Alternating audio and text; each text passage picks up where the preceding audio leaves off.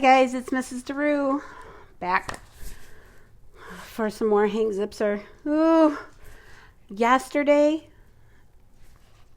Hank was pitching during the big softball game, and Papa Pete finally showed up with Cheerio, but Cheerio broke loose from his leash, and he came out onto the field and he wrapped up Mrs. Adolph and made her fall down and everything. Oh, what do you think is going to happen?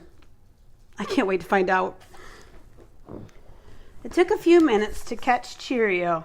My mom and dad ran out on the field, and Emily too, but Cheerio kept escaping when they tried to grab him. It was Papa Pete who finally captured him by tossing his red warm-up jacket over him and scooping him up in his arms. Poor Cheerio. He looked like a shiny red banana. Everyone in the crowd was laughing, and when my little dog poked his face out of the jacket, he looked so scared. "It's okay, fella," Papa Pete said to him in a really gentle voice. "Let's wave to the nice people out there." Papa Pete held up one of Cheerio's paws and waved it toward the bleachers. Everyone cheered, and I could see Cheerio's tail start wagging underneath his jacket. I was glad that he wasn't scared anymore. Luckily, Mrs. Adolph wasn't hurt. I guess all the Brontosaurus gear protected her. Remember all of her umpire gear? She was pretty messy, though, and my mom and dad helped her brush off all the dirt. While they were cleaning her up, Frankie and Ashley took the opportunity to come to the pitcher's mound and see how I was doing.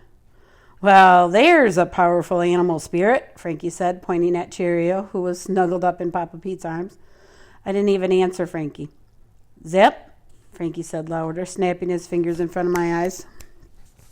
"Over here. Look at me. We have a game to win, remember?" "What do I do now?" I wanted to know.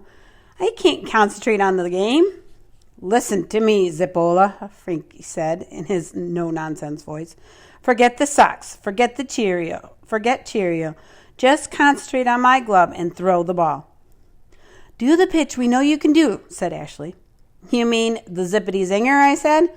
"I think I may have a couple of those left." "See, that's what I'm talking about," Frankie said. "That's the spirit, Hank." "And we mean that in the Hopi way," Ashley said, and she smiled a real smile at me. I have to admit, I have pretty great friends. "Play ball!" the Adolphosaurus shouted from behind home plate. McKelty stepped back into the batter's box. "What's the matter?" he shouted. I thought I could smell his bad breath all the way to the pitcher's mound. "Pitcher got a bellyache? Come on, Zipperhead, I can't wait to win." "Concentrate, Hank," I said under my breath. My parents were in the stands now. They had looked pretty upset at first, but now they were concentrating on me and the game. Cheerio was asleep in Papa Pete's jacket, and Emily had her hand on his bat. She smiled at me and mouthed the words, "Good luck." That's right, you read it correctly. Emily Grace Zipzer smiled and wished me good luck. You know, when times are tough, it's kind of nice to have a sister sometimes. I checked on Hector Ruiz on second. He had been standing there for so long his legs must have been really tired. Now, down to business, I thought. Frankie got into his catcher's crouch. He pointed at me and then pointed to himself. I nodded. He was telling me, "Just you and me." As if by magic, the sound of the crowd started to drift away, and I wound up to let loose a zippity zinger. My body turned this way and my legs stretched that way. My hands flew out toward first base. Then like an arrow shot right into the sky, and the ball came like an eagle that flew right past Nick the Tick's bat before he even took the first swing. "Strike one!" Miss Adolph shouted and made the strike sign. Can it be true? Did I just do that, I thought? Frankie stood up and ripped his mask off his face. He did not say a word. He didn't have to. He put the mask on and threw the ball back to me so that it would roll the last few feet to my glove. This time my body started the pitch, but I felt different. I started to relax, and I just let my arms and legs and waist and hand flow through the motions, and wham! The ball left my fingertips, and McKelty was really concentrating on it. His eyes were like laser beams trying to bring the ball to his bat. He swung his aluminum beauty and hit the ball hard, but it shot backwards. It was going for Miss Adolph, but just before it reached her, she dropped to her knees and into the dirt, and it sailed into the chain-link fence behind her. Wow, maybe Miss Adolph was a professional ball player before she had become a teacher. She falls just like they do during a TV game. Miss Adolph got up, brushed herself off, and used the same brush to dust off home plate. "Strike 2, she shouted. This time, Frankie threw the ball back directly to my mitt, and I caught it. I quickly turned to Papa Pete, whose smile was so big that I could see all his teeth from under his black mustache. I could feel his love all the way out on the mound. 2 strikes, 2 outs. Hector Ruiz leading off second, just itching to race towards home plate. McKelty ready to hit the winning run. Let me tell you, this is a dream I never even thought it would be. Wait a minute. It's not over yet. It could become a nightmare in one pitch. I twisted to second and stuck my leg out like I was an ostrich. At that moment, with my head pointing to third, I lost focus. When I let go of the ball this time, it didn't sail. It wobbled and hit the ground, rolling past McKelty's feet as if there were 10 bowling pins behind home plate. Ball 1, Miss Adolph yelled. Hey, Zipface.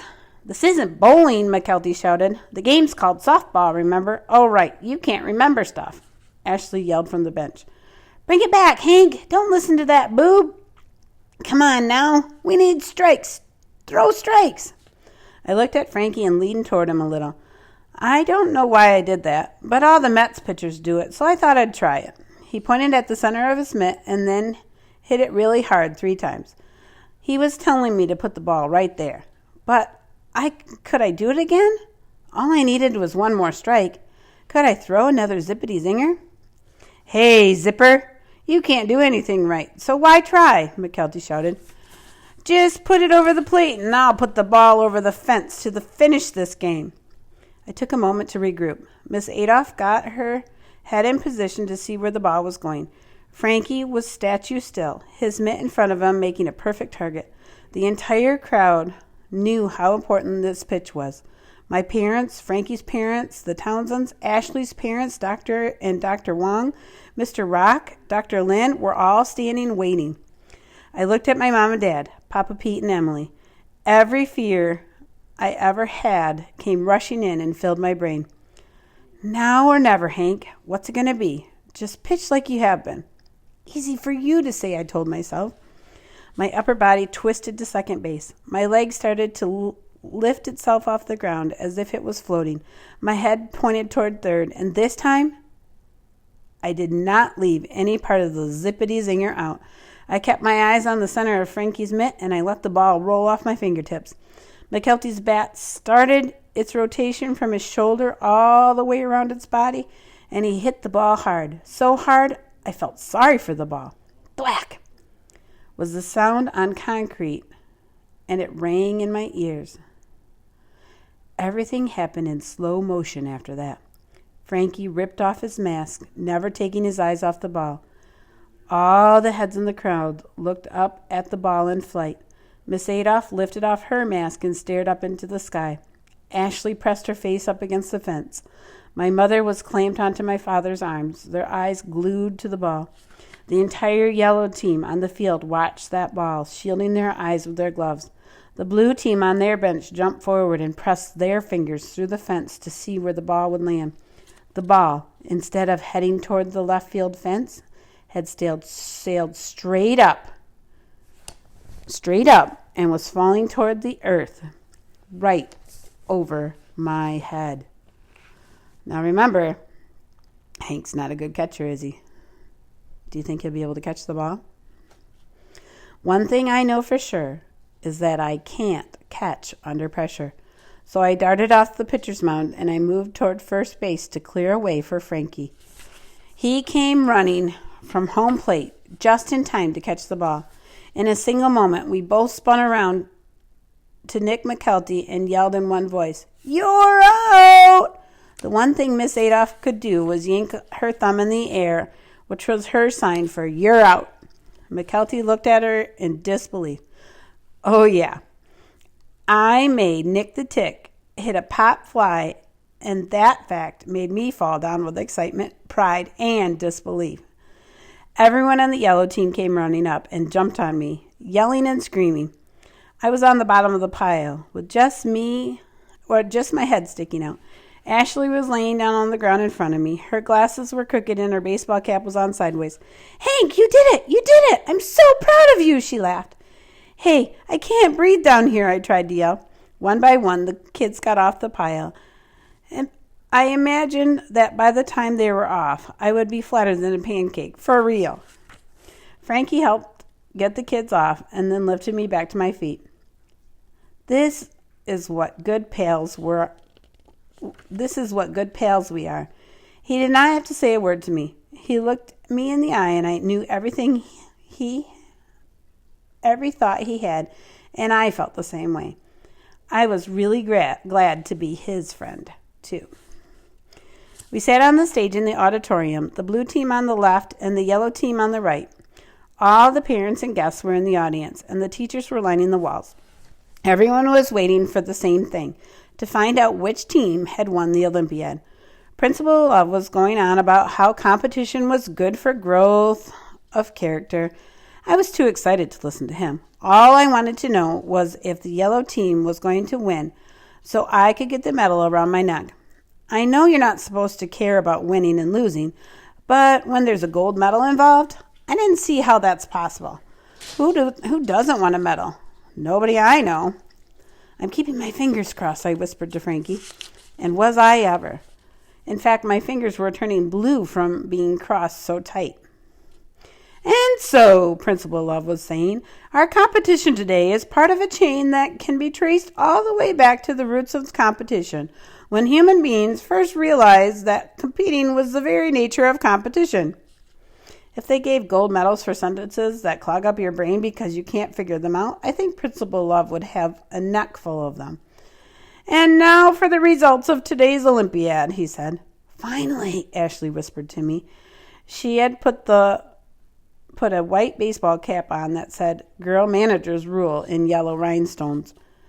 "No matter what happens, you made history today," I said to her. "Yeah, you made it into the record books yourself," she said with a smile. "The first ever Zippity Zipzer, no one will ever be able to do it again." "Yeah, including me," I said. "That's for sure," said Frankie. "Or my name isn't Bernice."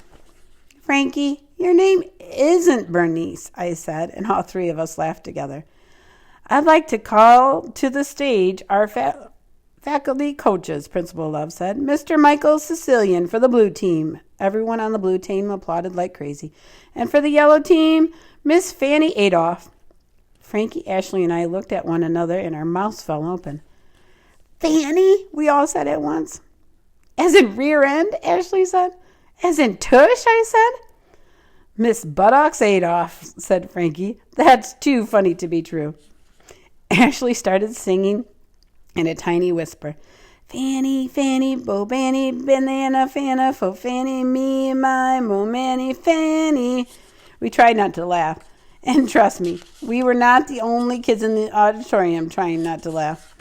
I looked out at the audience and saw my parents. My mom was giving me the look. You know the one.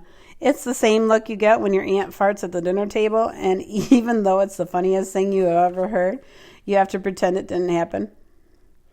"We have tabulated the scores," Principal Love said. "As we all know, the blue team, led by Emily Zipzer, won the brainbuster part of the Olympiad, earning 100 points. I looked over at Emily. She looked so happy. I was really glad for her, honestly and truly. I glanced at Robert, who was sitting with our team, and he had the same grin on his face that Cheerio gets after you give him a biscuit. "In the softball competition," Principal Love continued, "the victory goes to the yellow team, earning them 100 points. A special hats off goes to the yellow team's secret weapon, Hank Zipzer." Wow, I didn't ever think that Principal Love would say anything cool like that to Hank. Everyone in the auditorium started to applaud. I thought my ears were going to drop right off my head. It was the best sound I had ever heard. I never thought I would be able to do what I did today, and here was a room full of people applauding for me. I looked around the room at the people clapping, and mostly it was a blur. But I did see Dr. Lynn and Mr. Rock, who were both smiling directly at me and clapping really hard. My parents looked so proud, and Papa Pete actually got out of his chair and raised his fist in a victory salute. Hanky, he yelled in his big voice. Attaboy! I felt Frankie elbow my ribs. Zip, look over there. He pointed over to the center of the stage where Mrs. Adolph was standing next to Principal Love. She was clapping too. I repeat, Miss Fanny Adolph was clapping for me. And they say miracles never happen. So far, the teams are tied with 100 points each. We'll have to wait till tomorrow to find out who won the third part of the competition. Hope you have a great day, guys. Thanks for listening. Bye.